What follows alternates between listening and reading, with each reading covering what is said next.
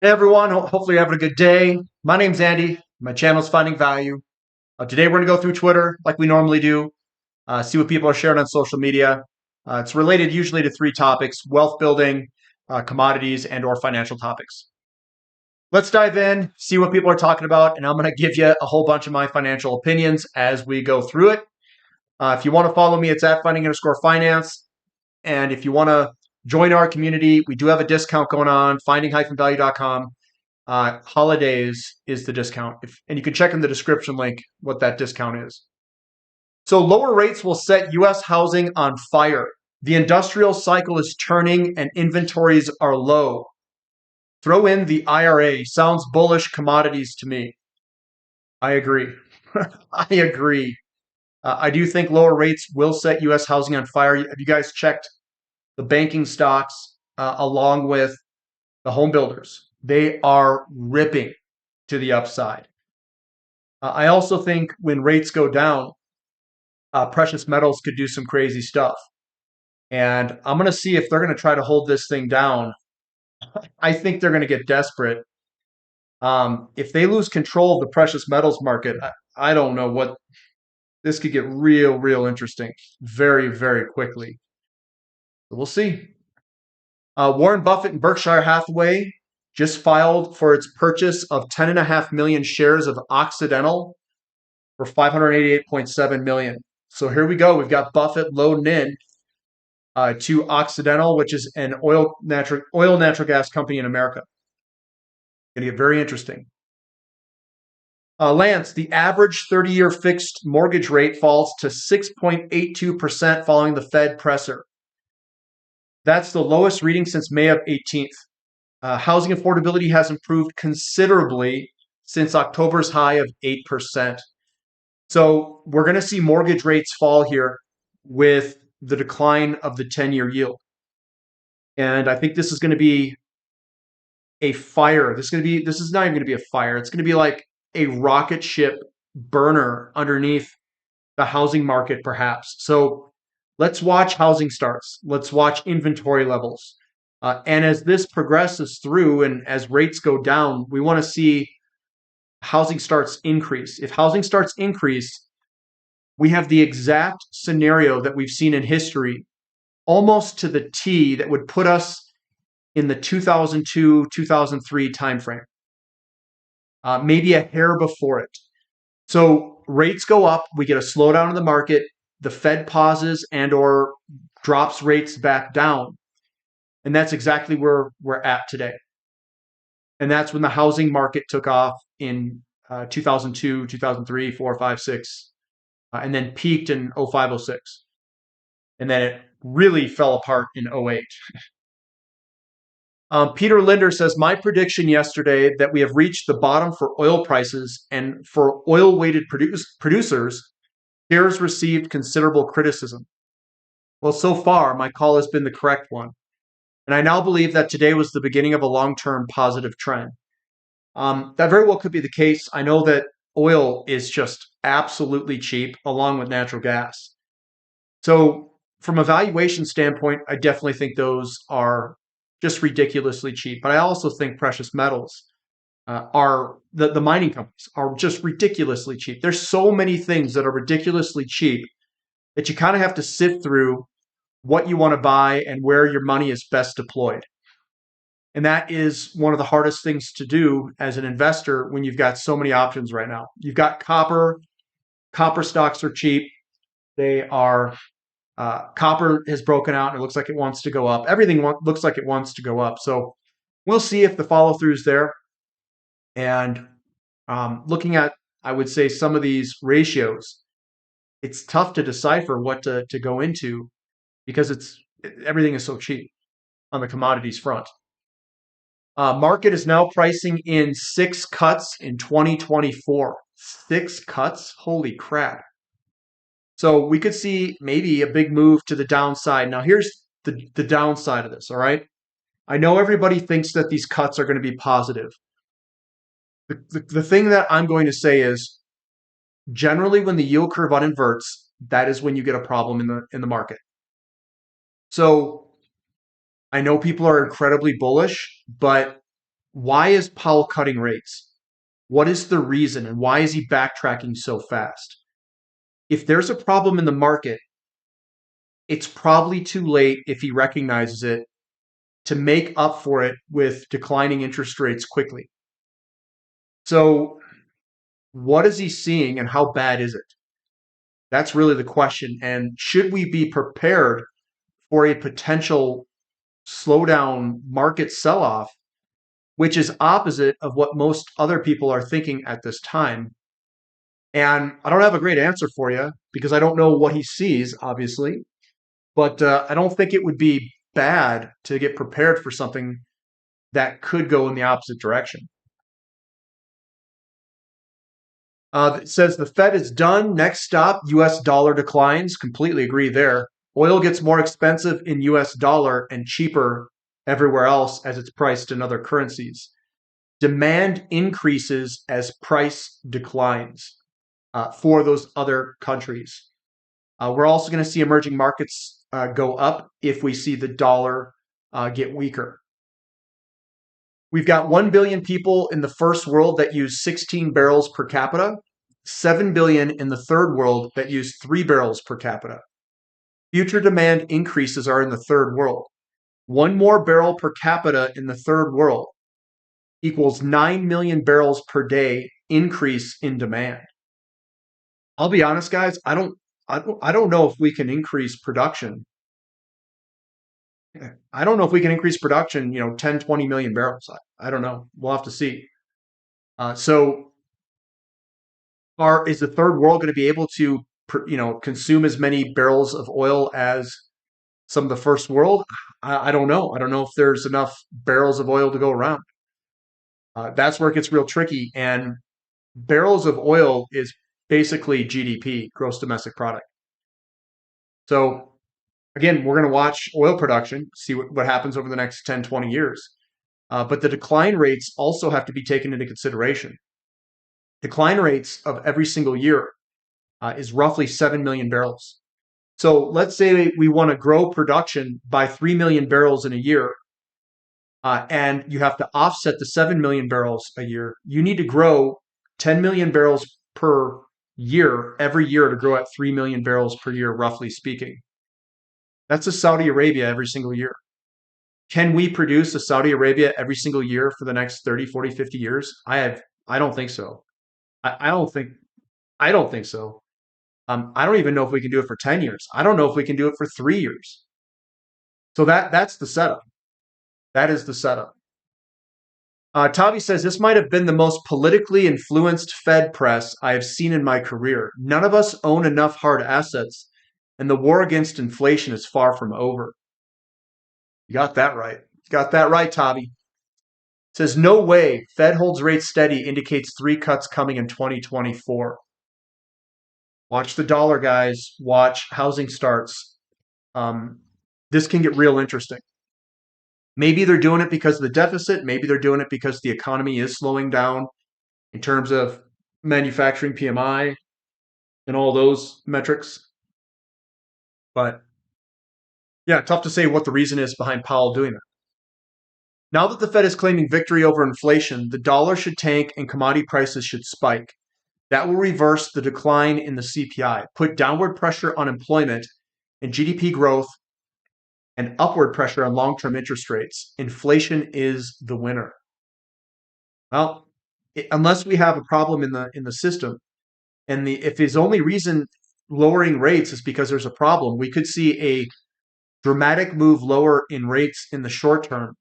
Then I think long-term interest rates and everything else will go up with inflation.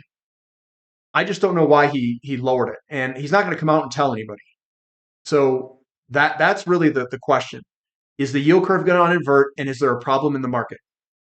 If the answer is yes, we should be positioning in cash and waiting for a potential, slowdown kind of sell-off pressure move with fear in the market. If he is just claiming that he's, basically slowed down inflation and he needs to lower rates because maybe the deficits are getting too large for the government, then that would be pressure for commodities to go and rip it. So it's difficult to know exactly what the reasoning is behind it. And I don't know we'll see how I position. I'm trying to figure it out as we go. It says there's been a historic unwind in net speculative oil positioning. Sentiment is awful. Looks promising to me, says Josh. And sentiment's it's always good to do opposite of what sentiment is. It's always good. So if sentiment is absolute garbage, it's generally a good time to be buying. And vice versa. If sentiment's really good, generally a good time to sell some. Sell some. Oil demand is booming per OPEC and is expected to reach a new record levels in 2024. So here's oil demand growth. 2023 is unchanged. 2024 is unchanged at 2.25 million barrels per day. Non-OPEC supply growth, 2023 is unchanged, and 2024 was cut by 0.01 to 1.37 million barrels per day. OPEC crude production fell by 57,000 barrels per day to 27.87 million barrels per day in November. So we've got more growth than we have growth in non-OPEC supply. And there's your deficit that could potentially occur if OPEC does not pump the difference. EIA weekly oil report says crude oil products, gasoline, diesel, jet fuel inventories excluding natural gas liquids are lower than last year by 16.2 million. So total U.S. inventory excluding natural gas liquids in 2023 is still below incredibly low levels. We had a monster drawdown in 2022. And we're still drawing down slowly in 2023, and we just had some upticks for the past month or so. It says perhaps the frustrating part of the natural gas sell-off for the bulls is that the demand potentially is there, if only there was cold air to take advantage of it. Between gains in LNG and Mexican exports and power burn demand, temperature-independent demand is up 5 to 10 billion cubic feet per day versus 2022. So the LNG and Mexican exports plus power burn demand is favorable for natural gas to go up. The reason it isn't is because we have unfavorable weather.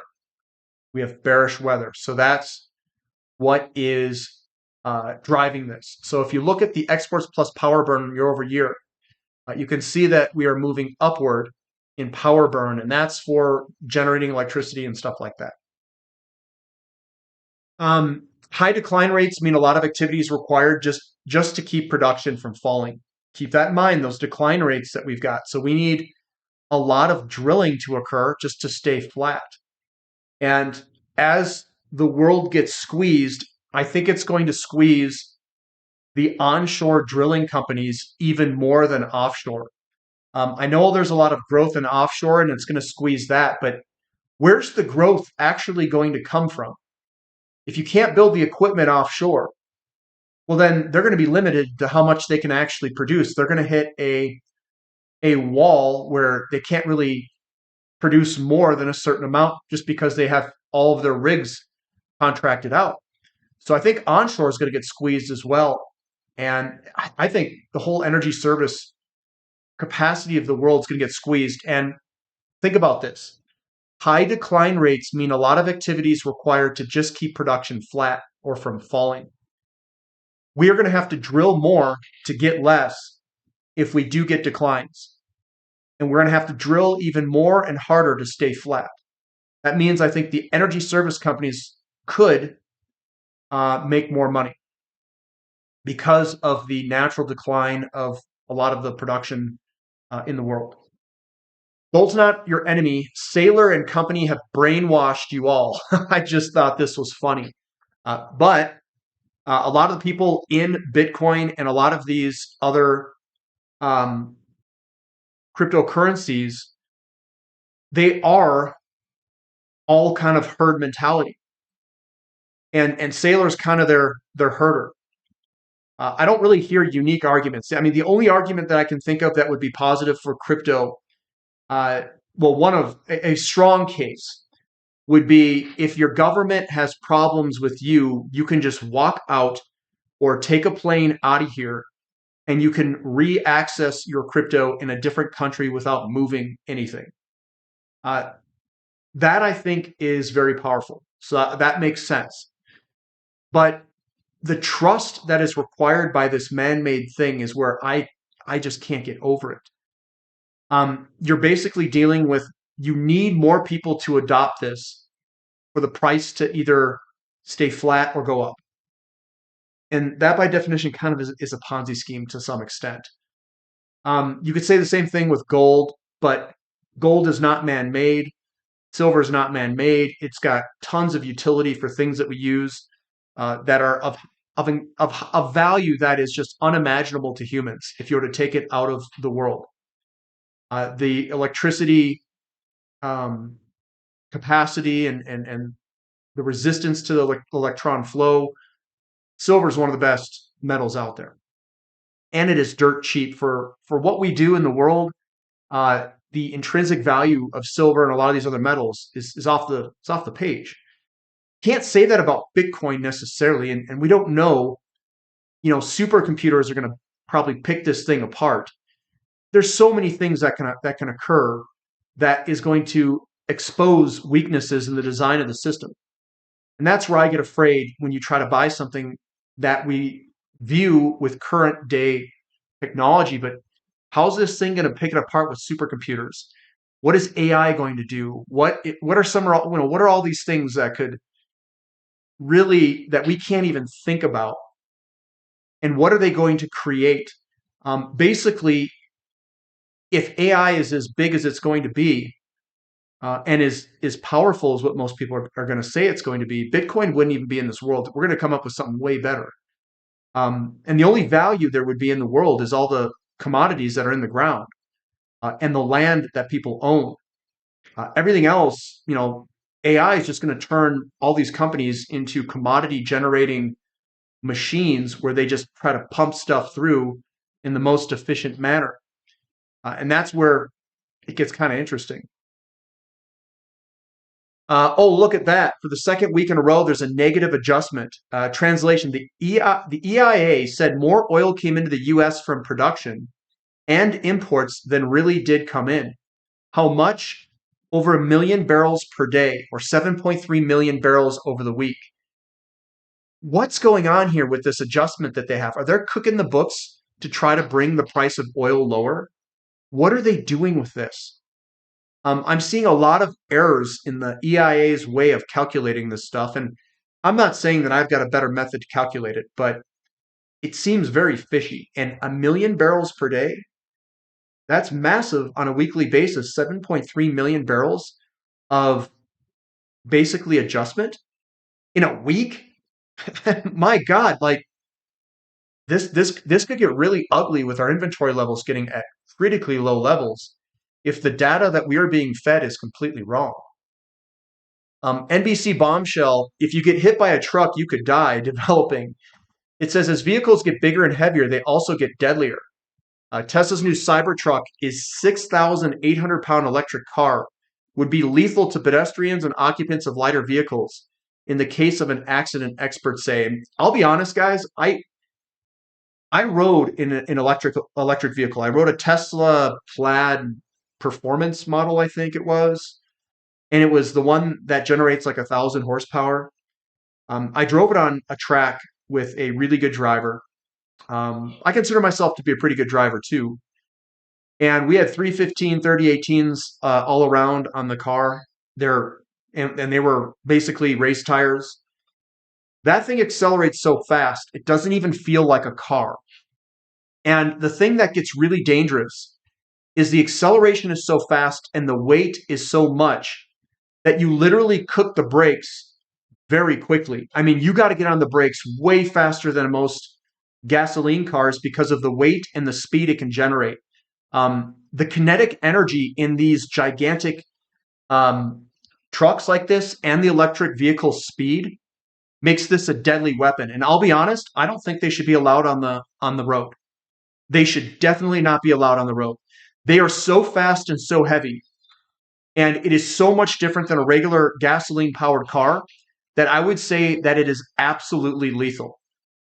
If you were to put the majority of drivers in that Tesla and you said, go for it, go as fast as you possibly can, I would say with pretty good certainty that untrained drivers at high speeds would wreck the car immediately. They're too heavy, they're too fast, and they should not be allowed on the road. Now, this thing I know hauls. It goes fast. It's probably faster than like a Porsche Turbo. And weighing at 6,800 pounds, I mean, you could literally put that through a house. I mean, I don't think you guys understand how much braking force this thing needs to slow down. If you're going, you can go 120 miles an hour, probably in a quarter of a mile or faster in this vehicle.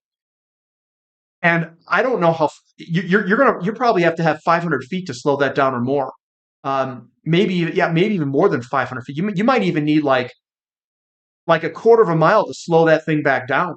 I mean, it accelerates almost as fast as it brakes. So you could accelerate in a quarter mile, and then maybe you need an eighth of a mile or more to slow the thing down. You could put that right through any of these cars today. I mean, literally cut it in half. So I don't think it should be allowed on the road. I think it's too fast and it weighs too much, and that combination is deadly. I agree with it. My 4 first months in junior miners rewarded me with minus 54%. Of course, I knew the market was dumb. 8 months later, they had gone up 500% on average. And I'm not sure if this guy's just doing whatever. All I'm going to say is when you get into stocks, you could have major pullbacks. The volatility is wicked. And I don't know if it's gone up in 8 months 500%, but to time the bottom in a lot of these junior companies, almost impossible. So you kind of have to just ride it. And if you're within 30, 40, 50% of a bottom, you basically caught the bottom. That's what you do. I manage the risk by cost averaging in, and then I buy into strength. That's about all you can do if you're going to try to play this type of market. Calvin says, I agree with this and don't even think global demand is bad. I don't see the evidence for it, not even in the US. Look at growth numbers in India, Africa, Asia, Indonesia growing at 5% per year. India is at almost 10%, almost 2 billion people in just those two countries. And he's talking about the demand growth for oil. I think that we are going to get in a pretty tight situation with oil very soon. And it all kind of depends and hinges on shale in the United States. Shale, we can see that we are pumping a lot more natural gas liquids than oil. So one could argue you could be bearish on nat gas and you could be bullish on oil. And what companies are going to benefit from that type of mix? But yeah, I like his opinion there. It says, oh, wow, bullish U.S. inventory report, been a while. U.S. commercial petroleum inventories fell 10 million barrels last week, driven by crude and non-core products, NGLs, etc. So crude was down minus 4.3. It was down 10 million barrels last week. So we're at real low inventory levels. You can see gasoline, very low. Distillates is way low. Crude is pretty low, and total petroleum is on the lower half, closer to the 5-year average. Market mood. Value guys are scared. Flinch when they see movement, not looking you in the eyes. Should I sell my PE 2 stock? Price to earnings of 2. Growth bros are cocky, think they can't lose, getting careless and ignoring all risk, chasing at egregious multiples. I totally agree with that. The overall stock market and some of these tech companies are just absolutely through the moon. Liquidity is driving this, and Powell just basically said that maybe we're going to inject more liquidity, not him himself, but lowering rates is going to be more liquid. Also, in order for them to lower rates, they could be buying bonds, which would also be more liquidity. But I agree with that statement. I would not be over where the risk is really high and your upside potential is not nearly as high as the risk. Your other value stocks have tons of upside and very low downside, especially in an expansion phase of real estate. That's where we should be looking. Short NQ, short bonds, long rates, long VIX, long oil, long PMs, they're all the same trade. The regime wants low vol and high indices. If you want any other outcome, you are a financial terrorist like me. I thought that was good. That's basically what I am. I'm not short bonds. I'm long increasing rates, but long oil and precious metals is where I'm at. OPEC still expects global oil demand to grow by 2.5 million barrels per day in 2023 and 2.2 million per day in 2024. This is discovery to production in copper mining. Yep, a few hashtags there. Don't worry, researching all these dates took a long time. The media gap between finding and mining is 16 years. The media gap between finding and mining is 16 years. That is crazy, guys. So if we get a big shortage here in copper, new mines aren't going to be coming on. The lead time is 16 years. So whenever they started it, it depends when they started it, and this is the lead time here. And this is the lead time from 1880 all the way to 2020. And that's what it's been taking. The interest expense on the U.S. public debt rose $949 billion over the past year, another record high. If it continues to increase at the current pace, it will soon be the largest line item in the federal budget, surpassing Social Security. And maybe this is one of the reasons that Powell is lowering rates and probably doing QE or whatever the heck he's doing to do it. So maybe this is the driver. If that's the driver, basically they're giving up on inflation. Remember, I was talking about their first phase is to raise interest rates, pin the housing market down. And then I'm like, well, what's his second act? Like, what does he do next? You bankrupt the government. They're doing deficit spending. They've got this interest payment that they have to meet. And it looks like he's given us the second act. The second act of this trick is to lower rates just like Japan did. He's going to let inflation run. So get ready, guys. This is going to get interesting. I think commodities are going to be the benefactor of it. Uncle Sam is overdosing with $80 billion in interest payments in November. They spent $588 billion last month, a 17% increase year over year. Entitlement programs, defense up 15% year over year. But we are supposed to see immaculate disinflation from here is hilarious. New fiscal year in October. So that is what's occurring. They're deficit spending the crap out of it. And that is what's stimulative in the market, is all this deficit spending. Now they're going to try to lower rates, and it's going to kick the housing market loans up. And that's what we want to see, because if that kicks up, it's going to be inflationary. And you're going to get it from both ends. You're going to get it from the fiscal side and the monetary side now. This is going to get interesting. Who's still waiting for Warren Irwin's £1 billion to hit the market? At $50 a pound, he was saying there was no supply issue and plenty of pounds available. Spot's now at US 85. Where are those pounds at, guys? I don't know. Natural gas was down 35%, precipitous crash-like decline.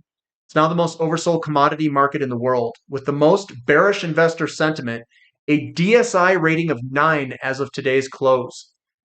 Crazy how cheap natural gas is, and this could be a really good opportunity. When liquidity or money enters the system, credit enters the system, natural gas will benefit from that. Maybe use this negative sentiment and be watching it. Calvin says, time for my why are we so bearish oil thread. I'm going to be looking at 10-year seasonal EII data. And then he says, let's start with total product inventories at a 10-year low. And he goes through a bunch of these. We've got gasoline, started the year at the bottom of the 10-year seasonal levels, and now we're in the middle of the range. So probably a bit oversupplied here for gasoline. Now diesel, we started the year at a 10-year seasonal low, and we're still there. This is with supposed freight apocalypse, German industry shutting down. Where's the diesel, Lebowski? Now jet fuel, we've had relentless drawdown in jet inventories from very high seasonal levels to very low seasonal levels, close to 10-year low. Headlines everywhere about air travel at all-time highs and booming airline business, no weakness in jet demand. Bunker fuel and heating oil, same story, 10-year seasonal low. We could argue we aren't using as much, so we don't need as much, but it's still what it is. Propane inventories are another area like gasoline where you can see a real glut. Part of the LPG exports have been so strong. Other oils are another area where you can see a clear glut. But then you break it down further and you see we've drawn heavily on asphalt and kerosene inventories, and those levels look pretty good. So it's all the other gassy non-propane junk that's building. So that's kind of what's going on there. Coming on back, we've got too bad they have electric jets now. Oil demand is terrible. Airports are expected to be the busiest they've ever been over the Christmas and New Year's travel period. They expect 7.5 million air travelers this holiday season. And the forecast comes after Transportation Security Administration announced that the Sunday after Thanksgiving was the busiest day for air travel ever. Well, there's your demand, guys. December 12th. I don't know how long the pain will. Okay, well, I already went over that. So that's where I'm going to end it, guys. That's what we've got for today. Thumb up for the content. Subscribe to the channel and the website if you'd like. And that's what we've got for news on Twitter today. But so that's where I'm going to leave it. We'll let you guys be. Hopefully, have a good day. And we'll catch you next time. This is Finding Value.